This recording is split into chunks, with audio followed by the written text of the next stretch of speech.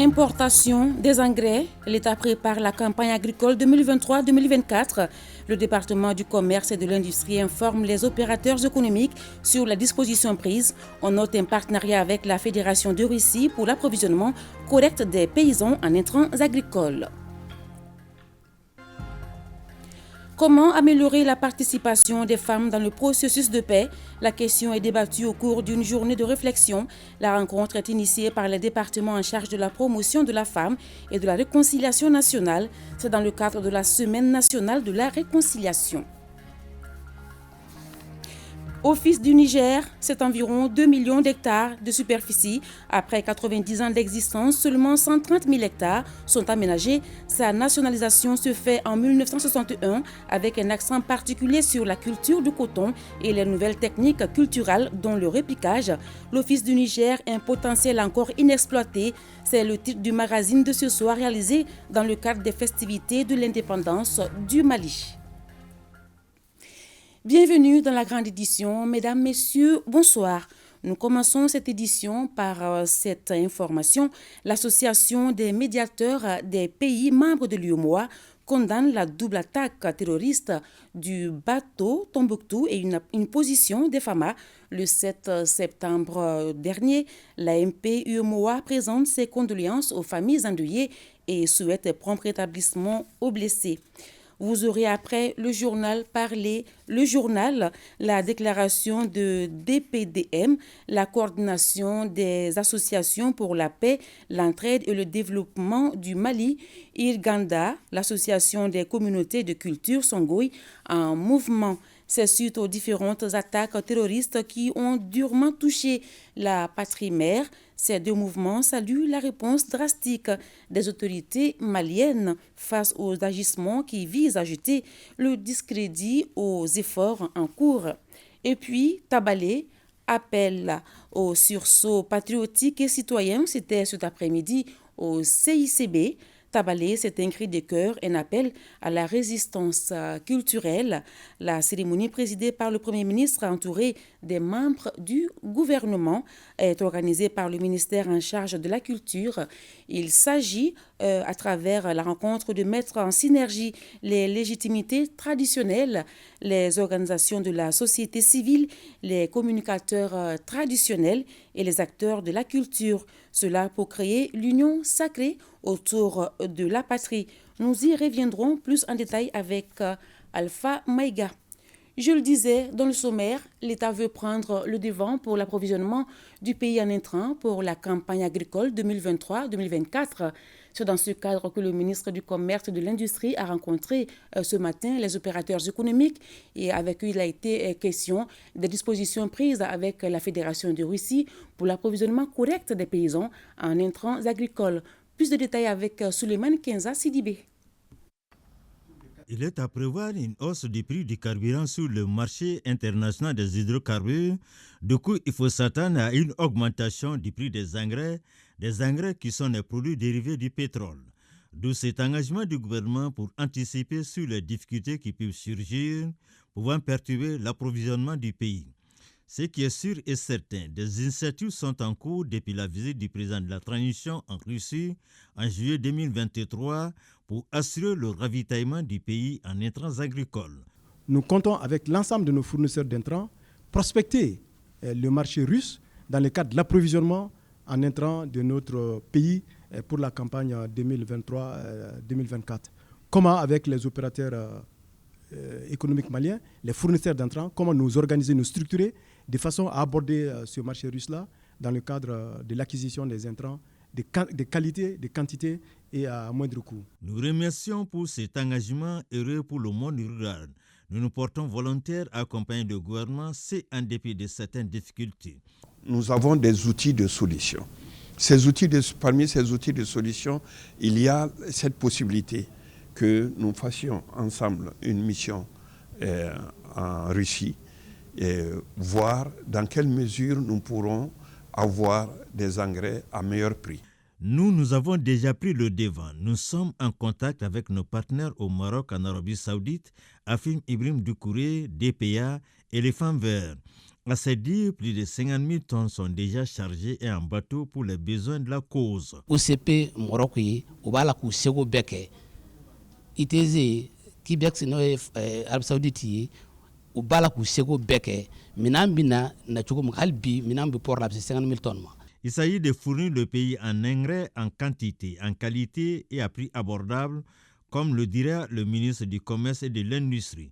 Les ministres du Commerce, de l'Industrie, de l'Agriculture et celui de l'Économie se concertent maintenant tous les vendredis pour discuter, trouver les solutions idoines au monde rural et celui du commerce et de l'industrie. Le nouveau code minier et la loi sur le contenu local, ces deux lois étaient aujourd'hui au centre d'une rencontre entre le ministre des Mines et les sous-traitants et fournisseurs des sociétés minières. L'adoption de ces lois qui révolutionnent le secteur minier au Mali a été saluée par les acteurs qui ont promis d'accompagner le gouvernement. Reportage Mamadi Kone. Les sous-traitants et les fournisseurs du secteur minier jouent un rôle de premier plan dans l'application de la loi sur le contenu local. En initiant ces cadres d'échange, le ministre des Mines a voulu faire d'une pierre deux coups, prendre contact avec ces acteurs et échanger avec eux sur cette loi d'une importance capitale. Si la loi oblige les entreprises minières à donner la priorité aux nationaux, il faut bien que ces nationaux soient en capacité de fournir des biens et des services qui répondent aux standards requis. Ça veut dire qu'il y a à ce niveau aussi un travail à faire. Faisons en sorte que nous ayons des entreprises nationales fortes. Parce que ce sont les entreprises qui créent la richesse. Ce sont les entreprises qui créent les emplois. Nous avons reçu cette mission de plus haute autorité. Je l'ai dit dès le départ, c'est la volonté ferme du président de la transition. Les questions de clarification, les contributions et autres interventions ont permis aux acteurs des secteurs bâtiment, géologie, extraction, transport et autres de cerner tous les contours de cette loi. Il y a beaucoup de problèmes qui ont été posés, notamment vraiment le besoin urgent d'avoir une plateforme pour recenser l'ensemble des fournisseurs et pouvoir catégoriser les fournisseurs en niveau et en différents secteurs pour permettre même à l'État aussi d'avoir une visibilité sur ce secteur-là et aussi permettre aux entreprises aussi d'avoir accès aux informations venant des sociétés minières. Aujourd'hui, avec le ministre, on a compris aussi que combien de fois, en tout cas, le président de la transition et son équipe sont prêts à supporter la société locale pour que, comme on dit toujours, que l'or puisse griller pour le Malien. Donc nous sommes très contents du nouveau code minier et en tout cas de la loi relative au contenu local. Le contenu local vise à augmenter la valeur ajoutée locale et à favoriser la création d'emplois locaux dans la chaîne de valeur des industries minières grâce à l'utilisation de l'expertise ainsi que des biens et services locaux. À titre de rappel, la loi sur le code minier et celle sur le contenu local ont été promulguées le 29 août 2023 par le président de la transition, le colonel Assimi Goïta. Le ministre de l'Éducation nationale a présidé à Yélékébougou dans le cercle de Kati la cérémonie de clôture des activités commémoratrices de la Journée internationale de l'alphabétisation. Plusieurs communications ont marqué cette cérémonie qui a enregistré la participation des partenaires qui œuvrent pour la promotion des langues nationales. Daouda Kone. Yélékébougou dans le cercle de Kati est reconnu pour son engagement dans la mise en œuvre des activités planifiées par les centres d'éducation communautaire CEC a accueilli la cérémonie de clôture des activités commémoratives de la Journée internationale de l'alphabétisation. Le choix de cette commune rurale n'est donc pas fortuit bien qu'elle soit appuyée par l'Institut de coopération internationale de la Confédération allemande pour l'éducation des adultes, DVV International, un partenaire engagé dans l'alphabétisation et l'éducation des adultes. La commune, à l'image du Cap de Kati, brille par le nombre de ses structures d'ANF et la qualité des savoirs et des savoir-faire qui sont acquis. Cela est dû en grande partie à l'engagement de la communauté, à celui des services chargés de la mise en œuvre de l'ANF et des partenaires techniques et financiers locaux et internationaux. Lancée le 8 septembre 2023, la Journée internationale de l'alphabétisation a connu des moments intenses de communication, d'éducation et d'information sur l'importance et la pertinence de l'alphabétisation dans la valorisation de nos langues nationales. Les participantes et les participants ont réaffirmé, toujours avec force, que l'alphabétisation et les langues nationales contribuent au renforcement de notre identité culturelle, de notre cohésion sociale. Outils indispensables pour réussir la refondation de l'État, pour consolider notre politique de décentralisation, elles ont été au centre de tous les échanges. La cérémonie a été marquée par la remise d'un Chiwara à DVV International. UNHCR, un partenaire, a remis des matériels qui pourront contribuer aux activités génératrices de revenus de la population de la commune rurale de Yélékébougou. Voilà, c'était là la clôture des activités commémoratives de la journée mondiale de l'alphabétisation. Les activités de la deuxième édition de la Semaine nationale de la réconciliation se poursuivent. Les responsables des départements en charge de la promotion de la femme et de la réconciliation nationale étaient réunis ce lundi. Au menu de la rencontre, la réflexion sur l'amélioration de la participation des femmes dans le processus de paix. Reportage Sogona Kamisoko. On ne peut prétendre à une paix durable au Mali sans pour autant impliquer les femmes dans le processus. C'est fort de cette conviction que le département de la réconciliation nationale a voulu faire participer les femmes aux activités de la 10e édition de la Semaine nationale de réconciliation au Mali. Cette journée de réflexion devra permettre aux participantes de cerner la problématique de la paix et de la réconciliation nationale. Donc, il s'agit pour les femmes de réfléchir pour voir les voies et moyens d'amélioration de leur participation dans le processus de paix. C'est vrai que nous avons des cadres normatifs et institutionnels pour l'intégration de la dimension genre de tout ce que nous faisons. Mais force est de constater que les résultats ne sont pas à hauteur de souhait malgré les efforts. Ce matin, on voudrait donner une fois de plus la chance à toutes les femmes de s'exprimer réellement et de voir quelles sont les pistes à explorer pour améliorer cette participation. Le thème choisi pour cette année est « Ensemble, engageons-nous pour relever les défis d'une paix inclusive et durable au Mali ». Cette activité qui rentre dans le cadre de la célébration de la Semaine nationale de la réconciliation nous donne une fois de plus l'occasion d'échanger autour de la question de la paix et de la réconciliation nationale qui est d'une importance capitale pour nous femmes et enfants, car gage de stabilité de la famille, de la communauté et du pays tout entier. Le ministère en charge de la réconciliation sous le leadership du colonel-major Ismaël Ouagé, ici présent, a élaboré sa stratégie sectorielle genre en vue de prendre en compte la dimension genre dans toutes ses actions.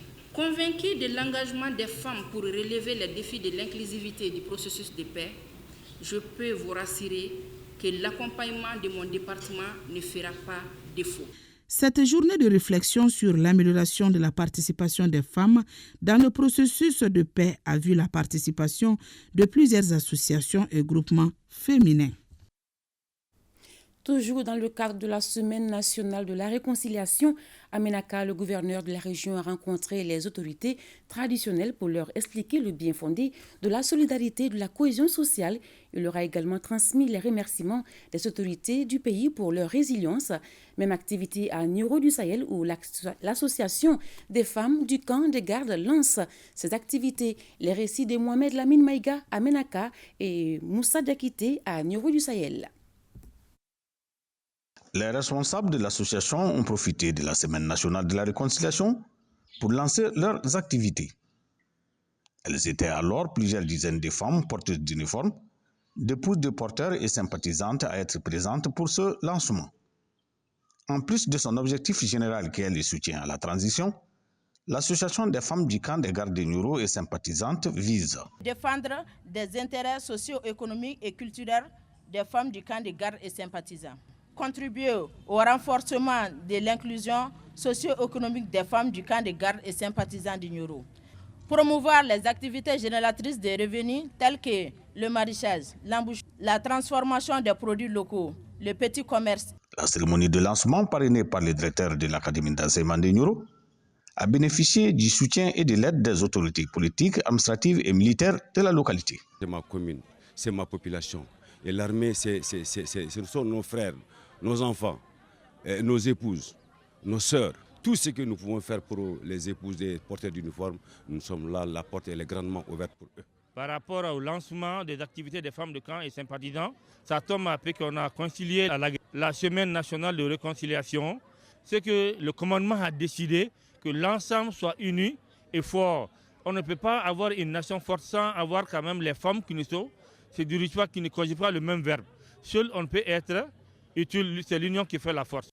Aucune personne ne viendra construire la région de Ménaka si ce n'est pas les habitants de la région de Ménaka.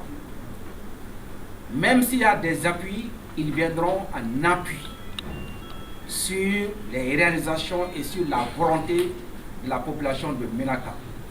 Tout a été brave, très courageux, très résilient. Donc, cette rencontre est destinée uniquement pour renforcer votre résilience, pour qu'ensemble on puisse construire notre région dans la paix, dans le vivre ensemble et dans la cohésion.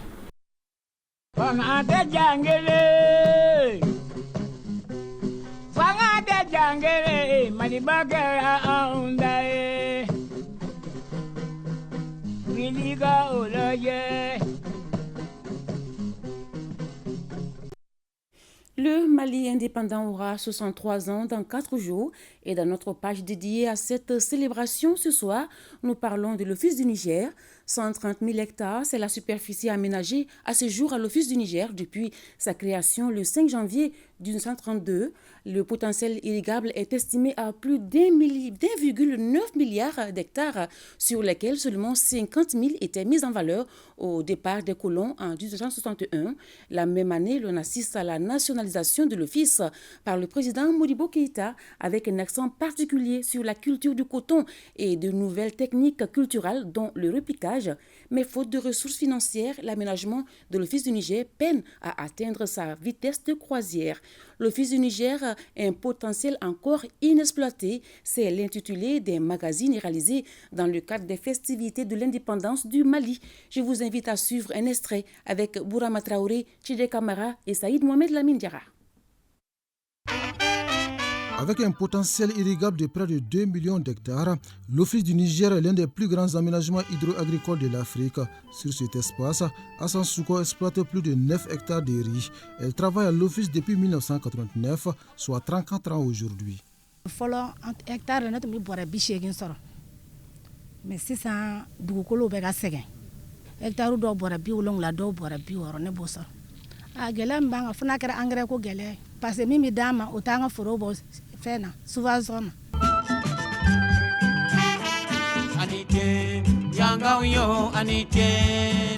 L'histoire de l'Office du Niger commence à s'écrire avec Émile Belém. L'ingénieur hydraulicien français rêvait de construire un projet agricole à la fois unique et durable dans le Soudan français. C'est pourquoi l'idée originale de ce projet atteignait l'actuel cercle de Diré dans la région de Tombouctou via Sotiba et Bagnida. On l'a autorisé à créer le service temporaire d'irrigation du Niger. Le projet avant-projet détaillé a identifié 960 000 hectares sur lesquels 300 000 colonnes devraient être installées. Mais on avait donné la priorité au voltaïque à l'époque. Donc il a dit à l'État français 960 000 hectares qu'on peut aménager sur un potentiel qu'il avait découvert de 1 600 000 hectares qui commençait depuis Niélé-Balé jusqu'à Diré. Voilà. Quand les gens disent que l'office fait 1 million d'hectares, c'est une réalité, mais c'est un potentiel brut. À sa création en 1932, l'Office du Niger avait un objectif précis, celui d'irriguer en 50 ans 960 000 hectares pour produire du coton afin d'alimenter les industries textiles françaises. Il s'agissait aussi de faire du riz pour l'Afrique occidentale française. À l'Office du Niger, on produisait le riz, mais on n'était pas autorisé à vendre ni à exporter. Donc c'est le PAM qui avait créé une structure qui pouvait vendre, qui vendait les riz. Non, le plus difficile, ce n'est pas de vendre un produit qui ne suffit pas. On vous installe pour vendre. Nous qui produisons, on n'a pas le droit de vendre. On produisait le coton aussi. On ne peut pas exporter le coton nous-mêmes. C'était ou la CVT Ou après, quand on a mis la sécurité hors de cette opération-là, la Comatex était là pour filer le coton.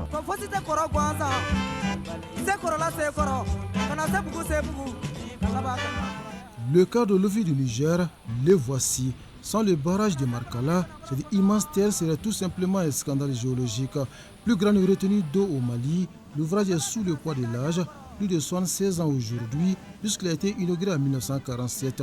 Grâce à un partenariat entre les ateliers militaires centraux et l'OFI du Niger, l'infrastructure reçoit un coup de lifting.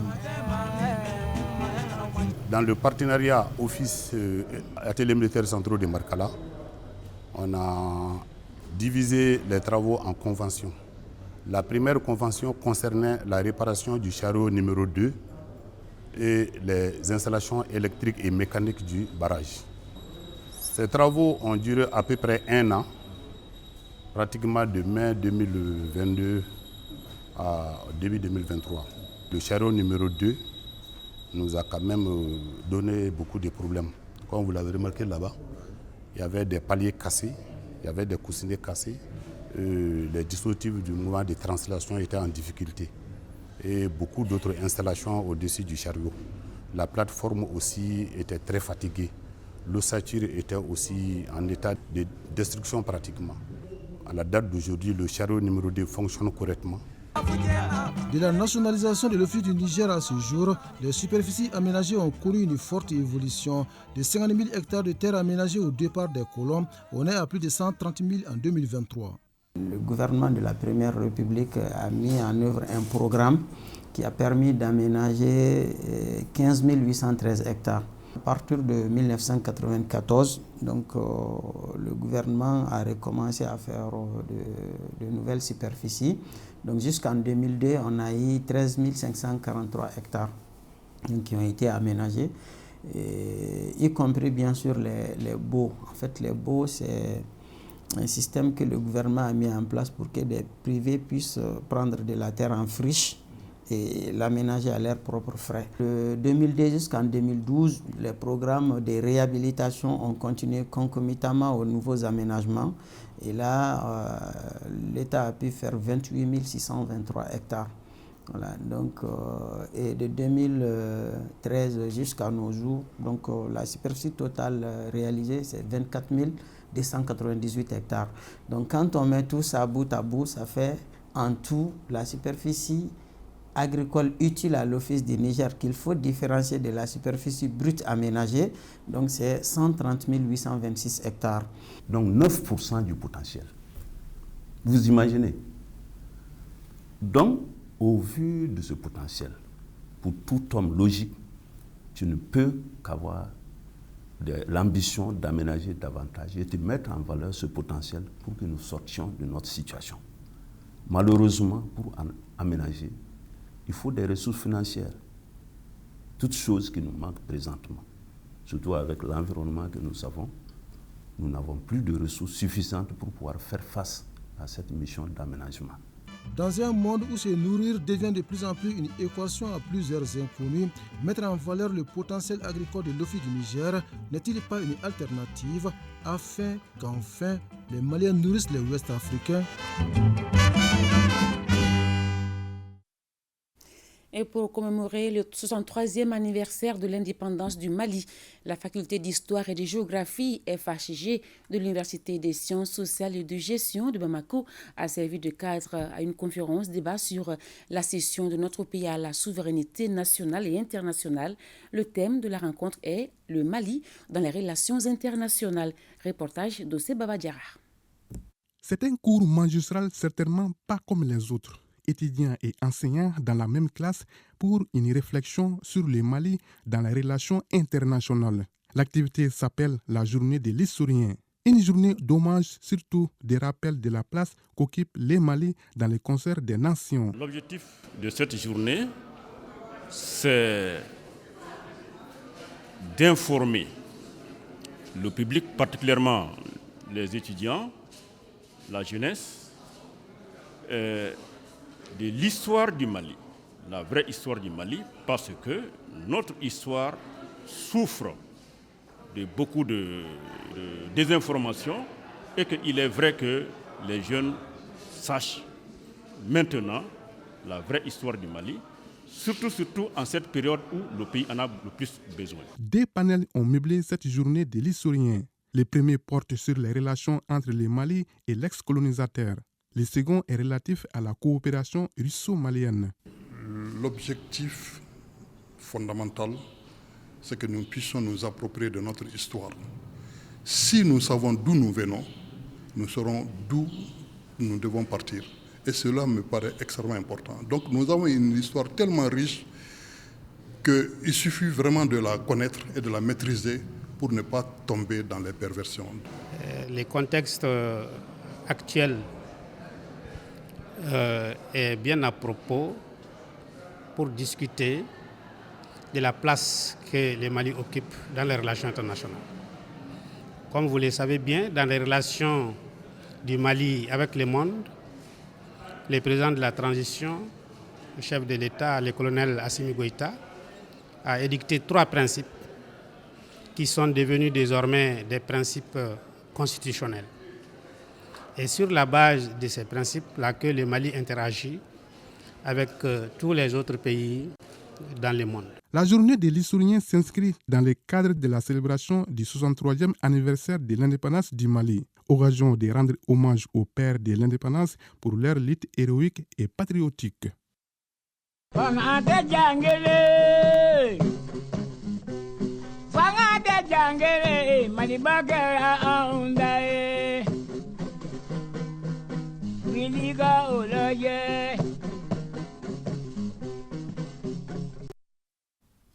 La haute autorité de la communication AC suit avec une attention particulière la couverture médiatique de la situation sécuritaire du pays, surtout depuis l'attaque sordide et inhumaine du bateau Tombouctou perpétrée par des groupes armés terroristes. Et comme à l'accoutumée, les terroristes tentent de trouver une justification à leur forfait dans une campagne de communication tout azimut, de calomnie, de dénigrement, de manipulation et de désinformation à grande échelle. La preuve en a déjà été faite dans d'autres circonstances et sous beaucoup de cieux. La haute autorité de la communication a noté ces derniers jours des entorses à des obligations éthiques et déontologiques et à rappeler les organes en faute à faire désormais preuve de professionnalisme. La HAC tient à saluer le comportement et le travail majoritairement professionnel des médias maliens. La haute autorité de la communication invite les journalistes, les communicateurs, les médias dans leur diversité à plus de professionnalisme et de responsabilité dans la collecte, le traitement et la diffusion des informations dans le contexte socio-politique et sécuritaire qui prévaut actuellement au Mali. La haute autorité de la communication appelle les médias à s'inscrire dans une logique de stabilité sociale et de vivre ensemble. Phase écrite du concours d'entrée au lycée sportif Ben Oumar Sy. C'était aujourd'hui.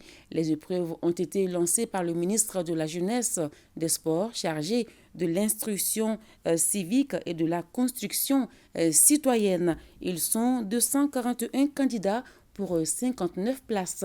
Reportage d'Aouda Kone. Après le rituel de la montée des couleurs nationales, le ministre de la Jeunesse et des Sports, chargé de l'instruction civique et de la construction citoyenne, s'est dirigé vers les salles d'examen. C'est dans la salle numéro 4 que la première enveloppe contenant le sujet de français que le ton a été donné. Cela pour toute la journée. Le lycée sportif Ben Oumar Sy accueille des jeunes scolaires sportifs. Donc c'est pour les aider à concilier le sport et les études. On a commencé par le dépouillement, la visite médicale, le test pratique. Aujourd'hui, c'est le test académique. Le ministre en charge des sports a prodigué des conseils aux 241 candidats qui concourent pour 59 places. Comme le dit le Premier ministre, il dit des fois, on vient lui parler des droits des enfants, ce qui est une réalité, il faut le faire. Les enfants ont également des devoirs envers leurs parents. Il ne faut pas oublier cela. Ces devoirs-là, c'est le devoir de respect. Ce devoir, c'est le devoir d'apprendre. C'est le devoir d'être assidu, d'être discipliné. Ça, c'est un devoir que vous avez envers les parents. Il faut noter que l'accès à cet établissement prestigieux se fait de deux façons, soit par concours direct pour les élèves qui passent de la 6e à la 7e année, soit par concours sur titre qui sont les lycéens envoyés à titre spécial. L'initiative pour la transparence dans les industries extractives ITIE Mali tient à Bamako la 3e session du comité de pilotage. Les précisions de Ibrahim Kao Konaté et Moulay Sidibé. Analyser et valider le rapport annuel d'avancement 2021, restituer les travaux de l'atelier tenu à Bougouni du 3 au 7 septembre 2023, telles sont les thématiques abordées par cette 3e session du comité de pilotage ITIE Mali. Le rapport de 2021 qui vient d'être publié, nous allons faire la synthèse, faire la restitution des contenus de ces deux rapports qui sera très probablement disséminé à travers tout le Mali. D'abord à l'intérieur et puis dans le district de Bamako. Au cours de cette session, les participants vont discuter de l'artisanat minier et l'impact environnemental. L'essentiel de nos efforts durant ces quelques jours, qui nous séparent du début du processus de cette validation, doit être focalisé sur la mise en application de ces exigences. J'invite toutes les parties prenantes à redoubler d'efforts pour la réalisation des actions de cette feuille de route. Au cours de cette session, nous aurons à analyser et valider le rapport annuel d'avancement 2021 RAA 2021. Ce document, qui devait être validé depuis 2022, mais pour des raisons d'amélioration de son contenu a pris du retard. Le Mali est membre de cette organisation internationale depuis 2011. Son objectif est de promouvoir la transparence des industries extractives et la gestion adéquate des ressources au profit de la population. Les responsables du programme de promotion des systèmes de culture agroécologique et de protection des sols, PAESOL, ont tenu la première session de leur comité de pilotage. Cette rencontre marque également le lancement des activités du dit programme dans 3 régions et 6 cercles du Mali. Sokona Kamisoko. Le programme de promotion des systèmes de culture agroécologique et de protection des sols, PAESOL, est conçue par le gouvernement malien et la République fédérale d'Allemagne. Elle a pour objectif d'améliorer la durabilité et la résilience de l'agriculture pluviale familiale. Le programme repose sur un certain nombre de résultats. Le premier résultat, c'est de développer une stratégie de diffusion des bonnes pratiques agroécologiques dans nos zones d'intervention et de développer des plans agroécologiques pluriannuels au niveau de chacune de nos communes d'intervention.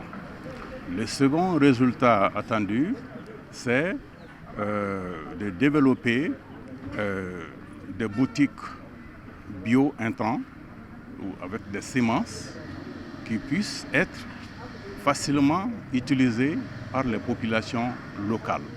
Donc, lorsque nous parviendrons à intervenir sur tous ces résultats attendus, ça veut dire que nous sommes en train d'initier la transition agroécologique. D'une durée de 59 mois, le programme PAESOL est financé à hauteur de plus de 10 milliards de francs CFA.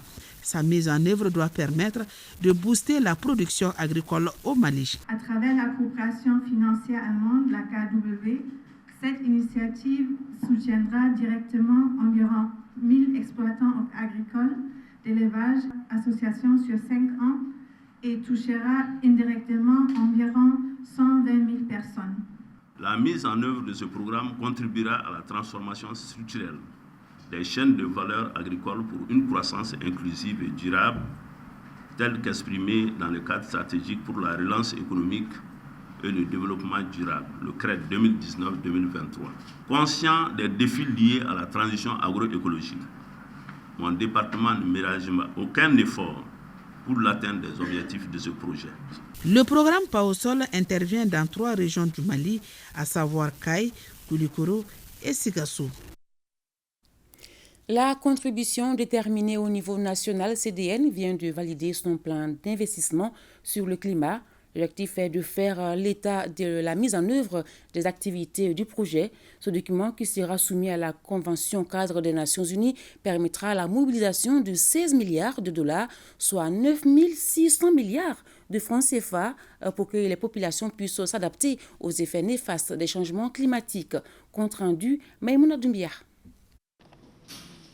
Cette deuxième session du comité de suivi et de coordination de la mise en œuvre de la contribution déterminée au niveau national s'articule autour de 3 points essentiels. La présentation des plans de travail des structures de mise en œuvre du projet de l'appui de la CDN phase 2 de la promesse climatique. La validation des outils consolidés de la mise en œuvre de la CDN et la définition du cadre de suivi et les perspectives de la mise en œuvre des activités d'ici la fin de l'année 2023. Ce plan d'investissement pratiquement est l'outil fédérateur pour la contribution déterminée nationale au niveau du Mali. Donc les 4 secteurs clés, à savoir le secteur de l'énergie, le secteur de l'agriculture, le secteur de la foresterie et celui des déchets se retrouvent pour mettre en commun les programmes prioritaires dans un document consolidé. L'organisation tient à contribuer à l'atténuation et l'adaptation des populations aux effets des changements climatiques avec un important financement sur une période de 5 ans. Et ce travail a été fait avec le concours des départements sectoriels. Et voilà, c'est pourquoi aujourd'hui ces départements sectoriels sont là pour voir si réellement toutes les préoccupations sont prises en compte afin de valider ce document. Et c'est ce document qui va être soumis à la Convention cadre des Nations Unies pour les changements climatiques. Cela nécessite la mobilisation des ressources financières. Nous avons dans l'adaptation qui a un coût de plus de 12 milliards de dollars pour l'adaptation. Ensuite, nous avons à peu près 4 milliards de dollars pour l'atténuation. Le plan d'investissement climat traduit la volonté du Mali dans le cadre de ses engagements vis-à-vis de la Convention cadre des Nations Unies sur les changements climatiques. L'ambassadeur du Mali à Tunis informe les Maliens établis en Tunisie que les opérations de retrait des cartes biométriques débuteront le mardi 19 septembre 2023 à 10h et jour suivant à la chancellerie. Les citoyens doivent se munir soit de la carte NINA, de la carte d'identité consulaire, du passeport ou de tout autre document justifiant leur identité.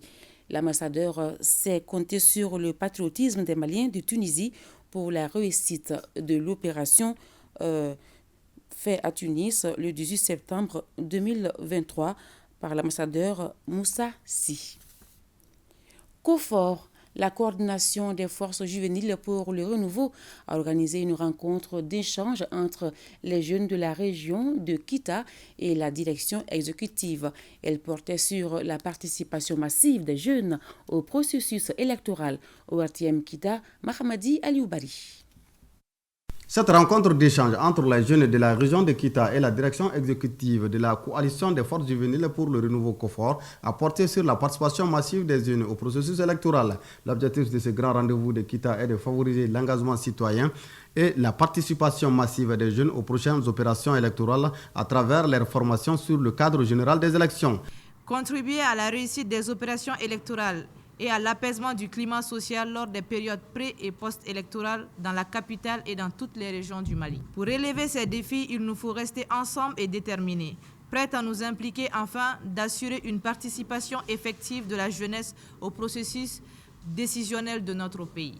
Aussi, elle a été une opportunité pour la frange juvénile de lancer un appel à l'union sacrée et à l'action collective à l'ensemble des acteurs politiques et de la société civile pour œuvrer aux aspirations d'un Mali nouveau. J'espère que ce cadre sera un lieu de partage et de fraternisation dans l'égalité au service de la construction de la jeunesse de Kita. Je voudrais ici exprimer toute notre reconnaissance et notre gratitude à l'endroit de cette organisation qui participe à la construction citoyenne, surtout des jeunes qui constituent le fer de lance de demain. Aussi, la présidente du COFOR d'ajouter que cette rencontre permet ainsi d'améliorer les compétences de plaidoyer et de lobbying des jeunes pour leurs efforts d'engagement avec des diverses parties prenantes électorales, y compris les structures de gestion des élections. L'Alliance pour la refondation du Mali, AREMA, et l'Alliance Mali-Tanien félicitent les chefs d'État du Mali, du Niger et du Burkina Faso pour la création de l'Alliance des États du Sahel. Les responsables de l'AREMA et l'Alliance Mali-Tanien appellent les peuples des 3 pays à soutenir et à accompagner l'Alliance des États du Sahel pour le bonheur, la sécurité et la prospérité des populations. La stratégie de stabilisation des régions du centre et son plan d'action 2022-2024 est désormais opérationnel à Mopti. Les membres du comité régional sont réunis pour jouer leur rôle de responsabilité de chaque acteur, situer les rôles de responsabilité de chaque acteur pour faciliter la mise en œuvre de cette stratégie. De Mopti, Idrissa Keita. Les acteurs du comité régional des cadres politiques de gestion de la crise du centre au Mali en conclave pour la mise en œuvre de la stratégie de stabilisation des régions du centre et de son plan d'action 2022-2024. Un document contenant plusieurs actions pour la paix, la sécurité et le développement. Cette session marque également l'opérationnalisation de la stratégie de stabilisation et de son plan d'action 2022-2024. En tant qu'acteur du niveau régional, votre rôle est d'une grande importance. Il l'est d'autant plus que la région de Mopti est l'une des régions les plus affectées par la crise actuelle, qui constitue des défis majeurs pour la stabilisation de la région. La stratégie de stabilisation de la région du centre est vraiment la volonté des autorités de la transition pour circonscrire la crise multidimensionnelle afin que les populations puissent vivre dans un environnement paisible, sécurisé et avec justice pérenne et équitable. Les échanges ont permis aux participants de mieux s'imprégner du contenu du document de la stratégie de stabilisation des régions du centre, de son plan d'action 2022-2024, des rôles et responsabilités du comité régional, entre autres. La stratégie de stabilisation englobe l'ensemble des régions touchées par la crise. Mais il convenait à Mopti de savoir ce qui la concernait exactement, partager avec les différents représentants de l'État, les élus locaux et même les collectivités locales. Les recommandations issues de cette rencontre permettront aux acteurs de Mopti de mieux coordonner leurs actions en faveur de la paix et de la cohésion sociale. La finale de la 2e édition du concours interuniversitaire intitulé Aklinakili a eu lieu ce samedi. Aklinakili est un débat qui met des universités publiques et privées en compétition sur les questions intéressant la vie de la nation. Pour cette 2e édition, elles étaient 9 universités à participer. Qui est champion de la 2e édition? La réponse avec Souleymane Sidibé. L'Université des technologies et des gestions est la championne de cette 2e édition du débat interuniversitaire appelé Aklinakili. Elle a remporté le trophée face à la faculté des sciences et des techniques de Bamako. La compétition Aklinakili, 2e du genre, et l'initiative de Destiny Communication est soutenue par l'entrepreneur Boubacar Galadjo Kamara en vue de promouvoir l'excellence dans l'espace universitaire et former les leaders de demain. Cette finale se joue autour du thème « Quel Mali après la transition ?» C'est une compétition qui est vraiment faite pour la promotion de tout ce qui est leadership jeune. Et cette année, nous avons essayé de faire en sorte que les jeunes puissent vraiment apprendre sur toutes les questions de démocratie au Mali. L'investissement le plus sûr qu'on doit faire aujourd'hui, c'est d'investir dans la jeunesse, c'est d'investir dans la formation, c'est aider les jeunes à être formés, et c'est à seul prix que le développement du Mali se fera. J'exhorte les gouvernants, j'exhorte la société civile, j'exhorte les futurs candidats à essayer de mettre un accent particulier sur les budgets d'investissement au niveau de l'éducation. La présente édition est parrainée par Maître Muntagatal, ancien ministre et l'éminent avocat. Aujourd'hui, dans un débat serein, nos étudiants appartenant à 2 universités différentes et en raison des éliminatoires, une université privée, une université publique se sont retrouvés aujourd'hui pour débattre d'un thème d'actualité d'un thème extrêmement intéressant, c'est-à-dire quel Mali après la transition.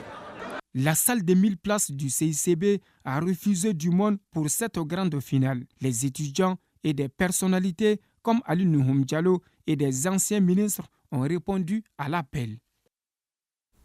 Parlons santé. Le monde a célébré hier la journée mondiale de l'arthrose, la maladie articulaire la plus répandue au monde. C'est une maladie liée au vieillissement, mais aussi à des facteurs génétiques et des maladies comme le diabète, l'obésité. Comment prévenir l'arthrose? Quels sont les traitements adéquats? On en parle dans Focus Santé avec Barakissa Ouattara et Gaussou Achtouri. L'arthrose ne concerne pas que les personnes âgées. Certains sportifs sont aussi touchés.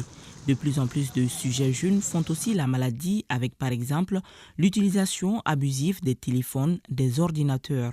Pour dire que l'arthrose est une usure des articulations ou un excès de pression sur les articulations. L'utilisation que nous faisons de nos articulations, les dockers, les gens qui portent les bagages sur la tête, ils vont faire de l'arthrose du cou ou des épaules, plus que par exemple le footballeur dans l'arthrose des genoux, le basketteur l'arthrose des chevilles.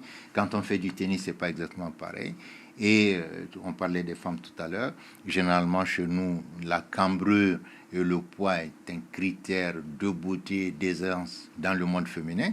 Et ça, malheureusement, sur la colonne vertébrale, ça a des incidences et ça facilite les usures. En effet, le cartilage est le tissu protecteur qui recouvre l'extrémité des os. Chez les personnes souffrant d'arthrose, le cartilage se détériore, ce qui entraîne un frottement des os de l'articulation. Conséquence, la destruction de l'articulation de l'homme. C'est au niveau des genoux, ça peut conduire vers une arthrose vraiment destructive, qu'on peut être obligé de mettre une prothèse. Et si c'est au niveau des rachis lombaires aussi, ça peut user carrément le cartilage. Et souvent, on peut mettre des ostophytes parce que ça fait comme des pointes souvent au niveau des os qu'on appelle des ostophytes. Et ces ostophytes peuvent aller en postérieur et comprimer souvent la racine. Et quelquefois, on est obligé d'aller vers les neurochirurgiens pour opérer. Et on ne comprend pas, ce n'est pas la hernie discale seulement qu'on opère, même des arthroses postérieures.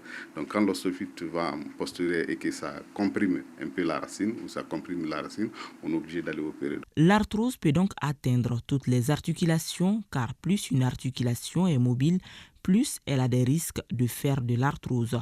Les symptômes peuvent varier d'une personne à une autre, mais le plus courant est la douleur. La douleur survient généralement pendant les mouvements, parce que c'est le frottement, c'est la mobilisation de l'articulation qui le fait. C'est généralement classique, mais quelquefois, selon les individus, selon le contexte, selon des maladies associées, quand on a de l'arthrose, on peut avoir des douleurs au repos. Mais généralement, c'est des douleurs quand on se met en mouvement ou quand on est en mouvement. Le traitement consiste à réduire les douleurs et à maintenir la mobilité articulaire. Il faut agir sur les facteurs qu'on peut agir. Il y a des facteurs qui sont modifiables et d'autres qui ne sont pas modifiables. On ne peut pas modifier l'âge, mais on peut modifier le surpoids. Donc, si on a un surpoids, c'est de diminuer le poids. Conséquemment, et si on fait des activités intenses qui peuvent entraîner l'arthrose, il faut les arrêter. Donc c'est toutes ces mesures qu'il faut faire qui accompagnent le traitement et puis on a un léger mieux. L'arthrose peut altérer de façon importante la qualité de vie tant sur le plan professionnel que social et familial. La meilleure façon de le prévenir est de lutter contre les principaux facteurs de risque qui sont notamment le surpoids, les traumatismes articulaires. En 4e région, les anciens artistes et sportifs gardent de bons souvenirs de ce brassage culturel biannuel appelé Biennale. Des semaines nationales au Biennale, les participants, artistes et sportifs ont vécu des moments de joie et de valorisation de la culture. Ces anciens apprécient le retour de la Biennale qui peut jouer un rôle important dans le processus de paix et de cohésion sociale au Mali. Sur le sujet, suivant ce dossier réalisé par Fousseni Samake et Issaba de ORTM Ségou.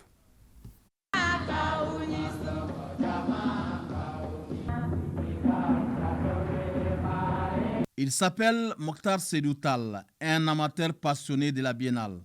Cet enseignant de formation a embrassé les domaines des arts et de la culture depuis le bas âge. Mokhtar Sedoutal, retraité à Ségou, a participé à presque toutes les biennales. M. Tal garde de bons souvenirs de ce brassage culturel entre les jeunes maliens de divers horizons. Ma première participation à une biennale, ça a été en 1982, avec la troupe régionale de Ségou, jusqu'en 2001. Et j'ai appartenu à deux grandes commissions. la commission de rédaction de pièces de théâtre en 84 et à la commission d'exposition, les expositions des objets d'art. J'ai participé à ce titre-là, au niveau de l'encadrement, au niveau de la conception et évidemment en tant qu'acteur également.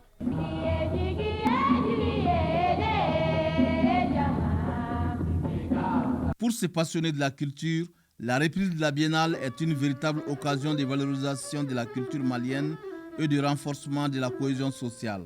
Ségou a réussi la prouesse en 1984 et en 1986 d'aligner les 2 premières places. Il faut peut-être saluer en son temps l'engagement des responsables qui étaient là, administratifs et politiques généralement, qui s'étaient appropriés la Biennale. Donc quand vous voyez les premiers responsables s'engager d'une certaine manière, je crois que ça vous accroche. La Biennale n'est pas que la culture et les arts. Elle a aussi contribué à l'émergence des jeunes talents dans le domaine sportif. Comme Mokhtar Sedoutal, Diatigi Dao, communément appelé Yapodia, est aussi un produit des biennales. À ma sortie en 1979, il y avait déjà la première biennale sportive qui a eu lieu à Ségou, au niveau de la région de Gao, pour m'occuper maintenant du théâtre régional. Entre-temps, j'ai mené les 2 activités, sport et art. J'ai participé à la biennale artistique de 80 et à la biennale sportive de 81 à Mopti. Et en 86, il y a eu la biennale artistique et culturelle dont on a pris certaines disciplines pour les agriffer maintenant aux arts et à la culture. Il apprécie les bienfaits des biennales artistiques et culturelles. L'ancien sportif souhaite le retour des disciplines sportives dans les biennales, car cela permettra de mieux pratiquer ces disciplines dans les différentes localités du pays où la pratique sportive est en perte de vitesse.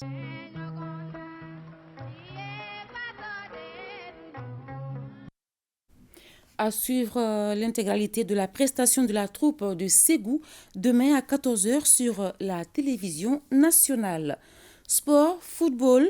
Après 15 mois à la tête de l'équipe nationale du Mali et après la qualification des Aigles à la CAN Côte d'Ivoire, le sélectionneur des Aigles du Mali nous a accordé une interview exclusive avec Ousmane Dao. Il a fait le point des éliminatoires et ses ambitions pour le Mali. Je vous propose un extrait de cet entretien. Je suis satisfait parce que le premier objectif est rempli. On devait se qualifier pour la CAN. Maintenant, je ne suis pas content. Pourquoi? Je pense qu'on peut encore progresser sur certains points. Et le but du jeu, c'est que son équipe elle soit toujours en mouvement.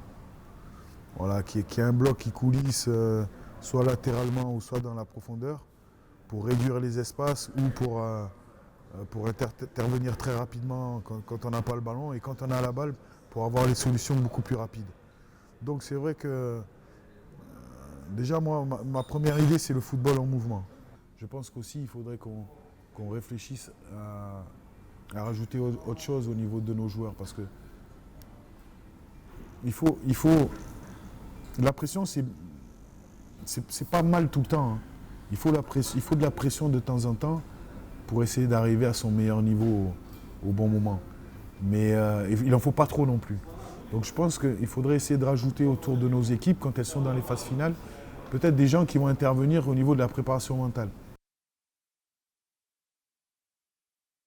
Voilà, à suivre l'intégralité de cet entretien dans l'émission Score de ce soir. À suivre l'intégralité également du magazine du 22 septembre sur la nationalisation de l'Office du Niger, juste après la page météo, un magazine réalisé par Bourama Traoré. Et c'est tout pour ce soir. Merci de nous avoir suivis. Bonne suite de programme sur ORTM1.